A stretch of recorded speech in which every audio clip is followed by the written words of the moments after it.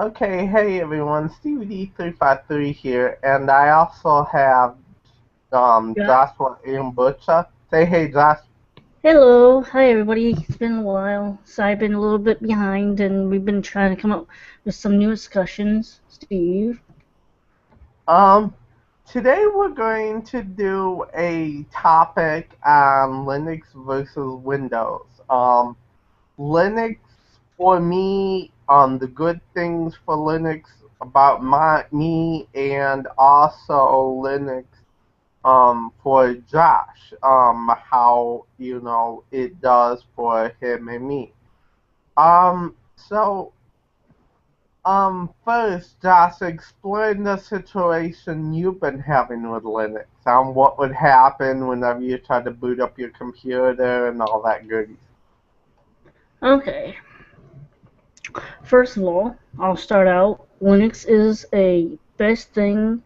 Manjaro, especially those who are known on using Arch, I would say do it. I mean, Linux is something that is really quite complex, not complicated, not at all. Those you need to understand the Linux and may understand Windows. Featuring what differences between Windows and Linux is the command prompt is somewhat different, but the code is almost about the same, but more enjoyable with Linux and Windows. With my experience I had, um, a lot of good things about it actually. Yeah, there are some things they left a little bit behind, but that's doable. It's not all that big a deal, really. It's truly not. I mean, if I had to choose in my position, I would go Linux. But, however, I can't seem to have good luck with Linux with the drive I'm using. The 40 gig I have is a 32-bit IDE. It's some reason it doesn't like to mount. The mounting is not like it's supposed to mount, like how Windows mounts to the hardware correctly and it stays on it.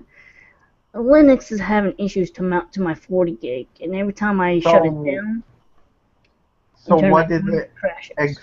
explain exactly the error message you're getting? What does it say? Okay, the error message I'm getting when you return it back on, it'll say Linux 314 um, drive is not mounted, or it'll come up with an error stating that the mount is not available or the mount's there but is not locating the sudo command or the grub, I should say. The grub sometimes won't show at all, or sometimes it will show but it won't allow you to continue without the hardware being mounted. Why is that? I don't know. In my experience, if you're just running running Linux, it's best risk take it at your own on your own time if you got time. Um, So you're saying in your experience with the grub menu not coming up and all that, you say that Linux, like they say Linux is not for everyone, you would say Linux is really not for you. yes and no. Depends on actually the hardware. That's all depends on what hardware you get. Recently I discovered, not all, let's just say anything that's back in old XP, most, I should say not all, don't quote me, not all, but with mine, unfortunately, does not like Linux. It's not Linux support of my 40 gig. So you're saying that how Linux is for someone like me, for example, but you're saying Linux is not really made for everyone, just certain people that knows how to work the command line, how they know how to work the terminal, how they know how to install stuff from the terminal, and all that, right? Basically. It comes down to yes. Those who actually understands it and knows it, be my guest. Those who don't, stick with Windows. Yeah, I mean, I'll say about 2 months ago, I fully decided to dedicate my machine to 100% Linux because Windows was starting to piss me off to a point where I got sick and tired of all their activation shit, all their freaking yeah, I just got sick and tired of it all. So I dedicated my machine to Linux. And what's the only thing holding you back from going to Linux, Josh? Well, the only thing that was holding me back is my hard drive issue, is not Linux support. Now, if you get a base hard drive that is non-Linux support, now there's a few drives are. Now, the one base drive I have No, no, is no, not. no, no. What I mean is like, what software do you have on your Windows machine that's preventing you from dedicating your whole entire computer to Linux? Well, there's a lot of things. A lot. I mean, tons. If you had to pick one specific piece of software that you've got on Linux, I mean on Windows, that is preventing you from going to Linux, what would it be? Driver softwares, actually, I should say, be termed. No, I mean like I know I what you're mean talking about. no, I mean like games or anything like that. I got like few games on there, but I mean, Linux is not compatible with most Windows support. That's the only reason why I'm I staying with mean Windows until. there is Wine, but Wine doesn't work all the time, you know what I mean? That's what I'm saying. That's the only reason why it was holding me back on Linux until Wine is actually fully capable of all almost 90% Windows support drivers. If Wine can actually work about 80%, I'll say yeah, I would wipe out my Windows completely and go with Linux. If Wine is the only thing that's kind of sort of screwed up at this point, don't get me wrong, some distributions will have good Wine up to date form, I should say. Excuse me. Right. And you know it's true too. Yes, I do. Well, for me, Linux has gave me problems a little bit here and there. Like, I just had a little one earlier today where I could not disconnect from Wi-Fi. It gave me an error code, but I got that fixed and all that, and yeah, that's why I fully dedicated my computer to Linux because Windows is just making me really, really mad and all that. So I just dedicated my entire computer to Linux. That's all I run now. I don't even touch Windows. Hell, I even got my mom on Linux. So But I mean, besides all that, I mean, taking a point that Linux can be supported on any device. Any device. That's all depends on if it's Linux support. I And mean, we've looked at all that. hell, you can run Linux on this Android right here if you want to. Yes, yes, and it has been done. Believe me, it But I has been mean, done. but yeah. Anyway, you know, I that's why I like Linux is because I mean it's fast. It doesn't really suck as much performance out of my CPU.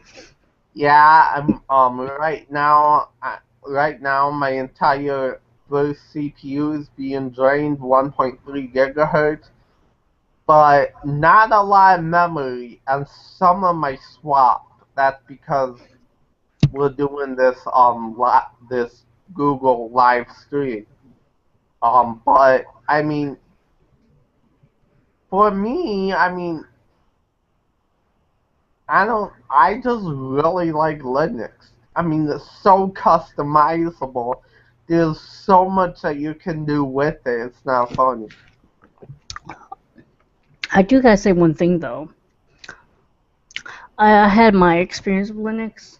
To be honest with you guys, it's well worth it. I mean, well worth it. I mean, your CPU runs faster. If you dedicate 4 gigs, I mean, it's faster, smoother. They said, you can use a 1.3, but the actual some hardwares recommend at least 1.5, a single core, and I'm way above all that. But I mean, those old systems, I said give it a shot. What's there to lose? If you get Windows 95, think about this. If you got 95 or 98 old desktops or laptops, go for it. Run Linux. It runs faster, smoother, and you'll never notice the difference. Yeah, but you maybe lag on I mean, about 20%. Josh, you can run Linux on the Pentium 2 processor. Can you do that with Windows? No. That's What will happen? You would wait a half an hour per click. About 2 hours. Yeah. Linux you can run on the Pentium 2. And it won't. Hell, dude, I have on my mom's computer, she's running the Dell Inspiron 1300 with a 915 GMA chipset for video. And I've got her running Zorn Lite, okay? And that's only a 1.7 gigahertz Pentium processor with originally 512 meg, but the previous owner, which was my stepdad, he upgraded it to 2 gigs, and it's got a 60 gigabyte hard drive in it. So, I mean, look at that, for example. That runs Linux like a gem. It runs Linux way better than it ever did with Windows. And the only thing what's cool about Linux, it does not a RAM hog as other distros. Some distros are, but I mean, as Manjaro, the XFCE, am I correct? Yeah. That don't use a lot. I mean, barely use. You can even run it on a gig or a gig and a half. I mean, barely any 2 gigs.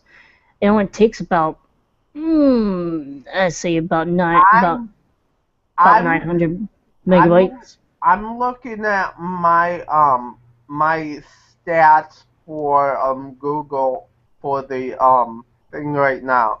Okay, both of my cores are being used. I'll say roughly about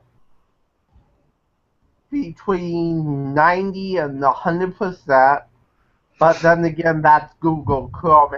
That's the Google Hangout. And Google Hangout's taken roughly 6.4% of my megs. I'm only using a gig because of the Google Hangout. Yeah, sometimes that's a pain. I mean, Google Hangout, be honest, it is a suction hog. Yeah. Way too much a suction hog. Yeah. Well, I'm gonna end this broadcast. I got some things to say before you end this broadcast. I got a few things to say about Linux. Okay, go ahead. Go ahead. This is what interests me, what pulls me in about Linux that I never expected in my life. It's lightweight. It's got dual packaging.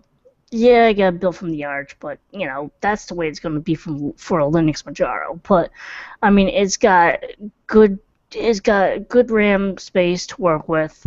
I mean, it doesn't matter what RAM you put into it, because Linux only reads what it allows to read in the hardware, unlike Windows. Hell, you can run Windows. You can run Linux with 256 megabytes of RAM. And that's all it needs. You only need at least 512, just to be honest. I mean I mean, I'm running Manjaro. I have a 1.3 gigahertz dual-core APU, with 2 gigs of DDR3, an AMD Radeon 6310 graphic chipset, and a 320 gigabyte SATA drive. That's good. And my computer on Manjaro, it doesn't lag. But you put Linux Mint Cinnamon on this computer and watch it.